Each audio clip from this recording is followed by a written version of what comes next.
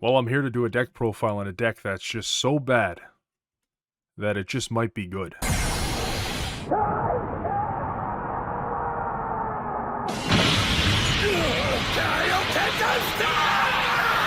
So if you're new to this game, you may have never seen this leader before, but if you're an old head like myself, this is kind of the Bardock's crew that you keep seeing tournament packs for that still hasn't really made the deck come back in any meaningful way.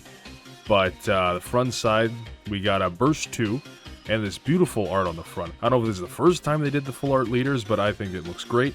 Auto Burst 2, when this card attacks a leader card, so it's only when it attacks a leader card. That's how you can tell it's an old leader.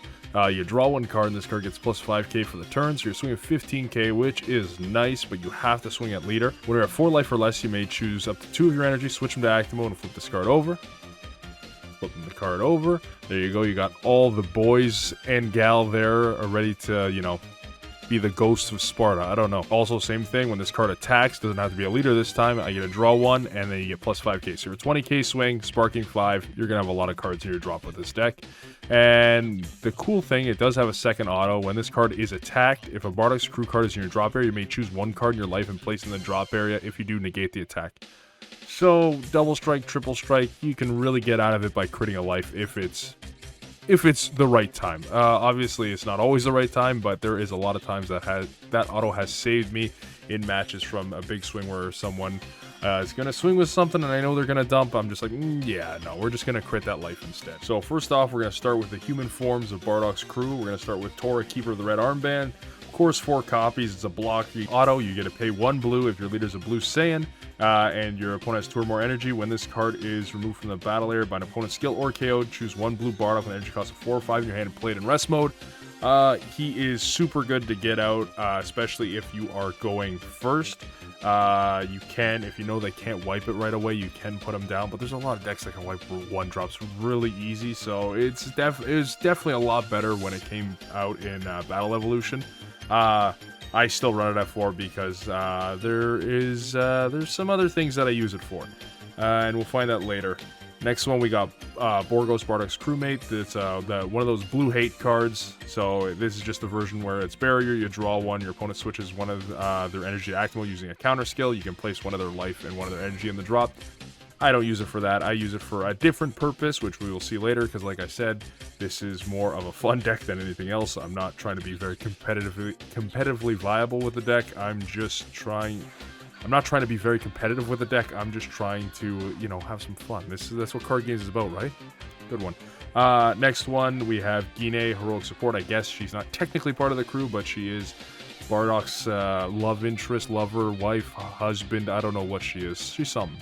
But she's really cool in the sense that when she's using a combo, you may add 1 blue Bardock's crew or heroine card from your energy to your hand. If you do, you add 1 mono blue Bardock's crew other than this card from your drop area to your energy and rest mode, so you can kind of save stuff in your energy for later, especially against hand control decks. If you have a really low hand, you can save it in there and kind of not have to worry about it.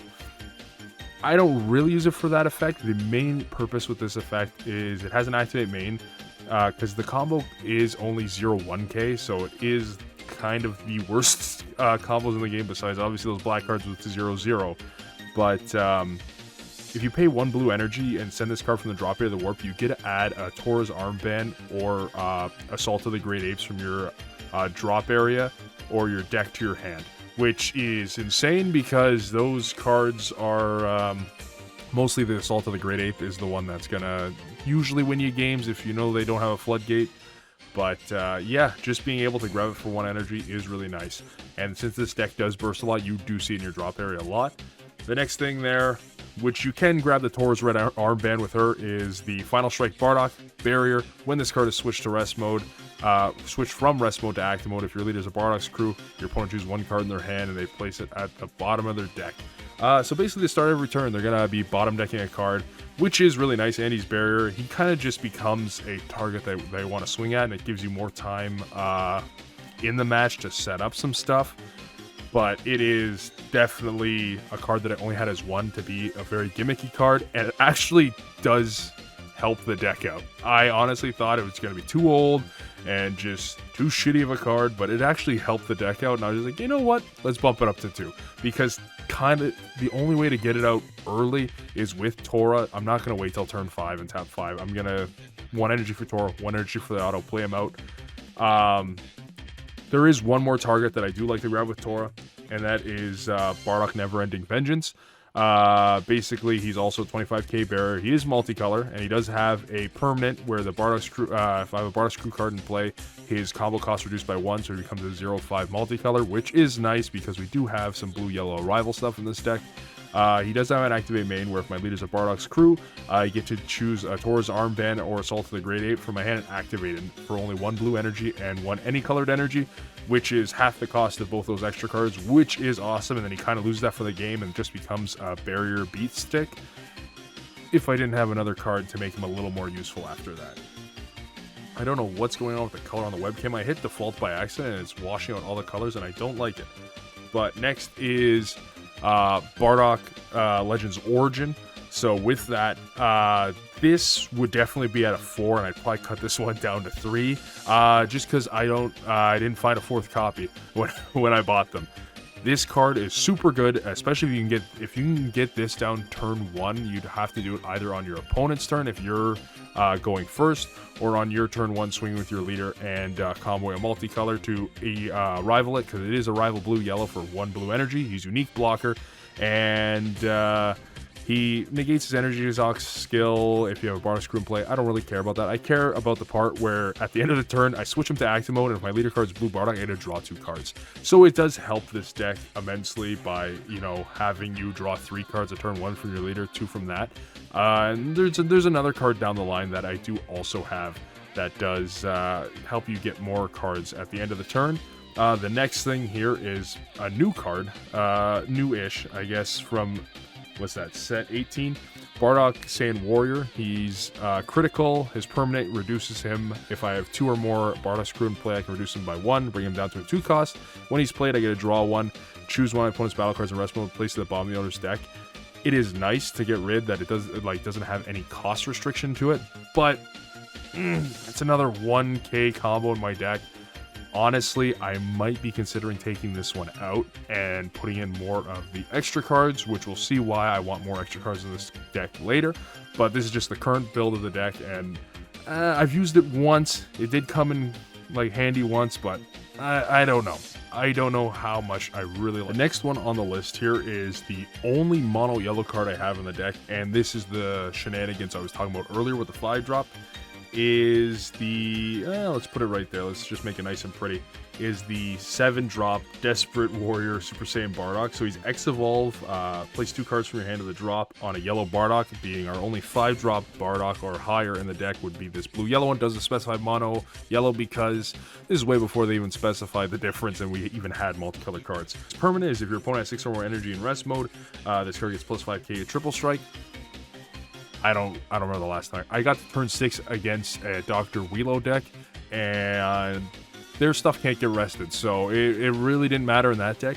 But the nice thing with the auto there is, the nice thing about this card is that it does have an auto where when this card evolves, I get to choose all my opponent's battle cards and energy and switch them to rest mode. So after I've used this big effect on this guy, and say I'm against blue or something, and they got some energy up, and I know they got D-Magic, and they're at 1 life left, and they either blue baby hatch. It's very situational, right? I'm saying a million situations here, but it has won me matches where they're on 1 life left, and I know they need that energy for their counters. I use this, rest their energy, and it's just kind of a free win. Even if I'm not swinging with this, maybe I already swung with that and it was in rest mode, whatever. It's not going to be a big triple strike attacker, but he's going to lock out their energy, which is infinitely more valuable, especially when you're playing against blue, where 1 energy, they have all their energy open realistically. So kind of little tech card, which this deck is a lot of tech cards. It's a 57 card deck in total because we are bursting, so we are seeing majority of the cards we want. Could be cut down, but a lot of the filler in the deck are the next cards coming up, the apes. So Tora, Great Ape Assault. I'm not even really going to go into his whole shenanigans with any of these apes because these apes are purely in the deck for the Ape Assault extra card. I have never played the non-Bardock apes outside of that. Maybe Borgos. Borgos is the only one. But Tora, they all have things where they can replace energy when certain things are met, but I don't really play them for that, so I won't go too in-depth and waste your time. Borgos, running 2 of him just to match the 2 up there. Basically, he's got just barrier, and then I can choose one of my blue Bardock's crew in my battle area other than copies of this card, restand him, and then negate this card's skill. Negate that card's skill, so it's okay for another attack. I think he's just nice for something to do with the 1-drop Borgos after I've drawn a card, if I'm not playing against blue, right? If I'm playing against blue, I might as well just sit it on the board and make them miserable. But it's a fun deck, right, guys? Next one, Fasha, crit. She's good, 20k. Same thing. It's got some replacement effect, never used it. The big boy, this one I've actually played. This is another option if you aren't seeing like your Toras or stuff you want to do early, or him, which it does really suck when you don't see him. Like I said, get 4 copies of that bad boy if you haven't already. Bardock, Great Ape Assault. Basically, you can evolve this from your energy like the other apes. He costs 2 and he goes on energy cost Bardock 2 or more, which we do have. You can slam it down on him, especially 2 if you want, but mainly it's going to be whatever I got in my energy. And then when he evolves from my energy, I get to draw 1, switch him to active mode at the end of the turn. I place the top card of my deck in my energy and rest mode to replace him after the fact. I think he's super good being double strike and blocker. Like I said, it's situational when I'm playing him like that, but I have played this ape. Borgos is the only other one that I've actually played without the extra card. These 2, forget about it. Next, we're going to go on super combos. I run 3 Zombies for Sacred Belief. Obviously, we have that arrival. We do have another arrival that I'll be showing after. I kind of wanted to keep the Bardock's crew in one spot here. Also nice to lock out a leader if someone's swinging with a battle card first. Like, yeah, I'm going to combo that. Your leader ain't going to swing. You're not going to draw a card. Bada bing, bada boom. End of the turn, you're going to bottom deck a card. Or start of my turn, you're going to bottom deck a card too. It gives a nice little, I wouldn't say, it's the slightest bit of hand control there is. This ain't green. This is, it's not a good deck either. It's a good color, not a good deck, but that's why we gotta run the tech stuff. We gotta hit Shigesh, Power of Unity, super combo. If this card leaves the combo area, remove it from the game instead. So my leader card's a blue Bardock, and my life set 3 or less, and you have 3 or more energy. So many stipulations with this card. When I combo this card from my hand, I get to choose 1 mono blue Bardock. Energy costs 5 in my hand. Played in rest mode. Another way to get that bad boy out. He does have a permanent where you can only have 1 of them out. It's like old school unique, but that's if later in the game they already removed 1, I can play the other one. Honestly, like if I'm cutting this card out, I might like going down to 55 isn't bad. I have yet to actually mill myself out. I've come close, trust me. I've come close in this deck, but I don't know. I really like Final Strike Bardock, so that's why I threw the 1 in there. And then for our other arrival target, we have SS2 Kefla Lightning Speed. Really good defensively. I think on the match that I have posted against Janemba, I know obviously not everything was up to speed. There was definitely some misplays and whatnot, but it was a fun match. And this card came in clutch because it just basically on play, if they don't have anything to bounce it back, which God's Feelings Van now, so that she comes down, she'll bottom deck anything ignoring barrier. Obviously got Indestructible, that's your saving grace there. But yeah, she's super good. Being blocker, double strike, and having the ability to be dual attack and rest out a card and drawing cards, like, forget about it. I honestly mainly use it for a bottom deck and just blocker pressure as well too, where you're just like, you know what, you got a big thing there, let me play that bottom deck one of them, and then you have to swing at her face. The next card is a new one from the anniversary box. I say new, obviously, relatively. It's very new compared to how old this leader is. 3 of the SS Rose Goku Black's Mortals Be Gone. Another kind of spot removal card. Activate battle if my leader is mono blue, or a Zamasu, or Goku Black.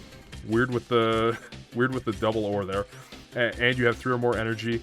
Play this card from your hand, and then it's an activate battle limit 1. When this card is played, draw 1 card, then choose up to one of your opponent's battle cards, and it costs 4 less to place at the bottom of the owner's deck. So definitely helped me a lot in matches where it's just like, do I go all in on this 4 cost? He can put Goku Black me, or they're just like, what the hell's a Goku Black? Swinging with this 4 cost, bada bing, bottom deck, I gotta draw a card, and then he's 20 double. Like, I get to play one on my turn and one on my opponent's turn. Like, he's not unique, just limit 1 on its play. and you can get Z energy like pretty good in this deck. That was a horrible way of saying it.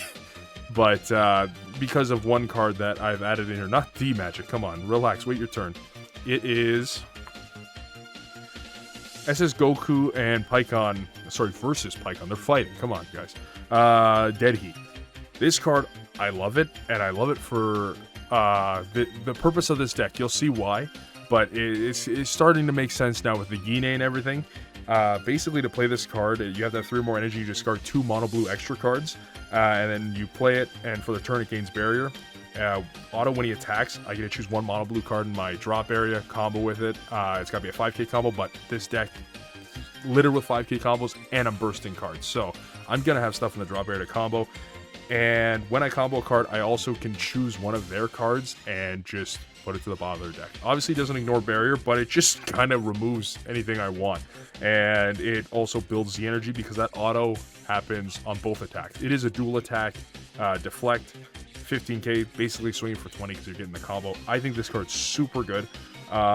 And the nice thing about it is at the end of the turn, I get to draw 1 card and switch 1 mono blue energy to active. So if I got this and this on the field, I'm drawing 3 cards at the end of the turn. And it happens a lot. Like, there's a lot of times where I'm doing that, and I'm getting close to drawing my deck out. Like I said, I haven't milled myself out yet, but it does come close if I can consistently keep those 2 on board, which obviously this one only has barrier for the turn, that one doesn't have barrier, so this one ends up going really quick, and he follows soon after, because his auto is still, it's not just the turn he's played, it is every turn after that.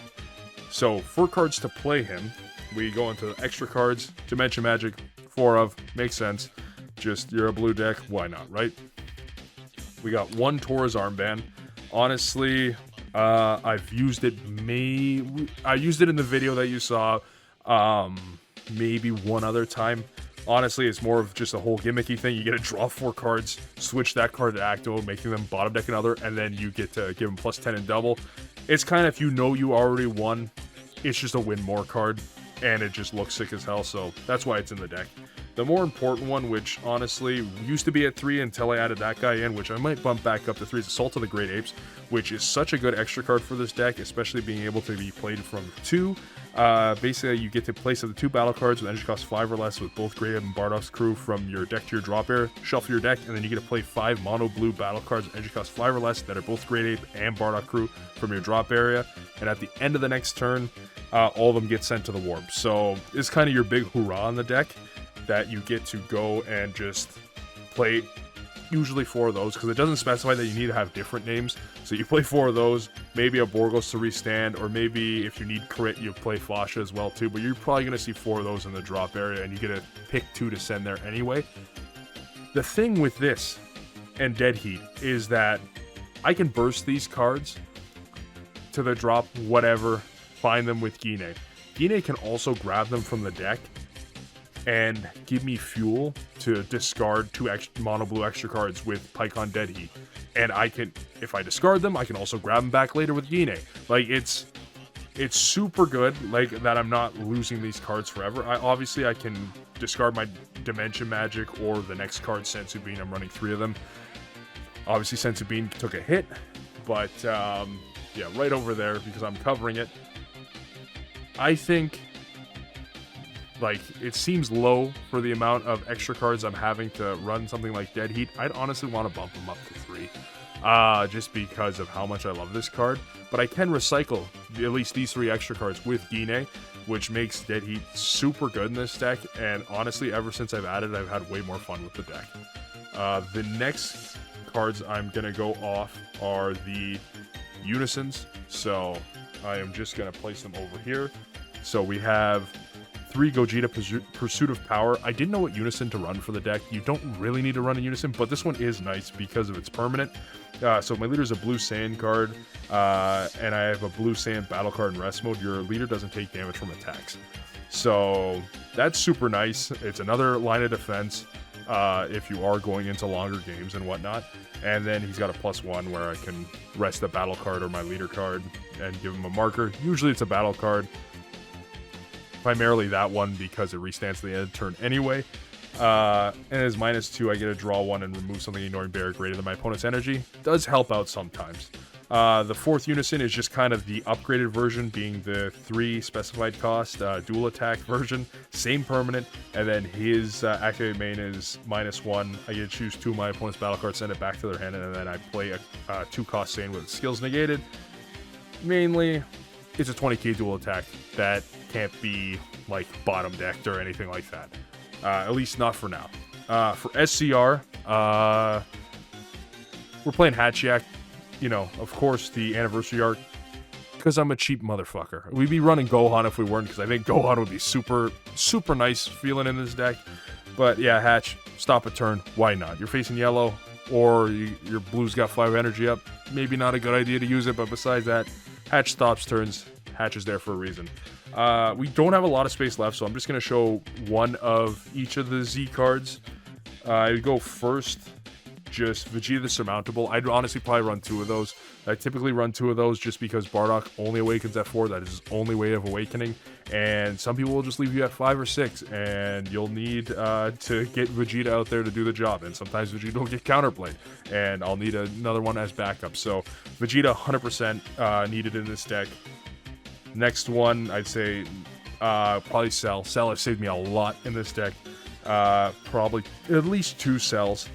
Just being able to choose all your opponent's battle cards 5 or less, eat them up, and then potentially being able to swing triple strike crit is insane. He's also just 25 crit normally, which is still really good. Another one that I do like in this deck is Gohan. Is the Deadku kind of Z battle card, the Awakened Onslaught. At the end of the turn, you can remove something 5 or less. I don't really care about that part. I care that he's a 15k for 1 energy, that if I discard a mono blue extra card, I can give him critical and draw a card. So I get to replace the card in my hand, and then I can make him a crit swing. I can make him a crit swing, and yeah, for 1 energy, it's 3 energies. Z energy is a little much, but I don't mind them. Beerus is another good option. I don't have Beerus. I don't really know how well Beerus would fare. We do have bear removal with Kefla. Beerus, technically, for the bear removal, I need to spend 4 energy total, and Kefla is only 3, so I don't know how much I like Beerus in this deck, but Beerus is a super good card. And it sits there with Barrier. It is another good option, but I think at least these 2 are the main ones you have to run. Goku's a nice tech option. There is the other Goku, the one that cuts your opponent's hand down, which is nice against meta decks, which this one doesn't fare too hot against anyway, so you're probably looking more at Vegeta and Cell for your Z deck cards, and then just go nuts. I know Blue has a couple of really good cards to add in there, so obviously this is just somewhere to get started. This is not at all the be-all, end-all of this deck. I think there's definitely a lot of things that can be changed, and this is just more of what I've built on having fun with the deck. I never really played this deck beforehand. When Clash of Fates came out, I was all into Red Ginyu. I actually started playing this deck because someone paid channel points on my Twitch. I stream every Tuesday and Thursday at Kaioken Cards. Like, come on, it's the same name as YouTube. Find me out there. But they paid for channel points for me to play Blue Bardock. I'm like, I don't have any of these cards. I went out, made whatever deck, and I remember pulling this. This is one of the SPRs I pulled. And I was just like, you know what? Let's get weird with it. And I have still been playing the deck since. Like, I always keep a rotation of a lot of decks, and this is one, especially if we have viewer battles or anything, I try to always bring this one out because I feel like I have the most fun with this weird build of the deck. With that being said, I think that's a deck profile. If you got any questions pertaining to the deck or my sanity, leave it in the comments below. Like, subscribe, blah, blah, blah, blah, blah. See you in hell.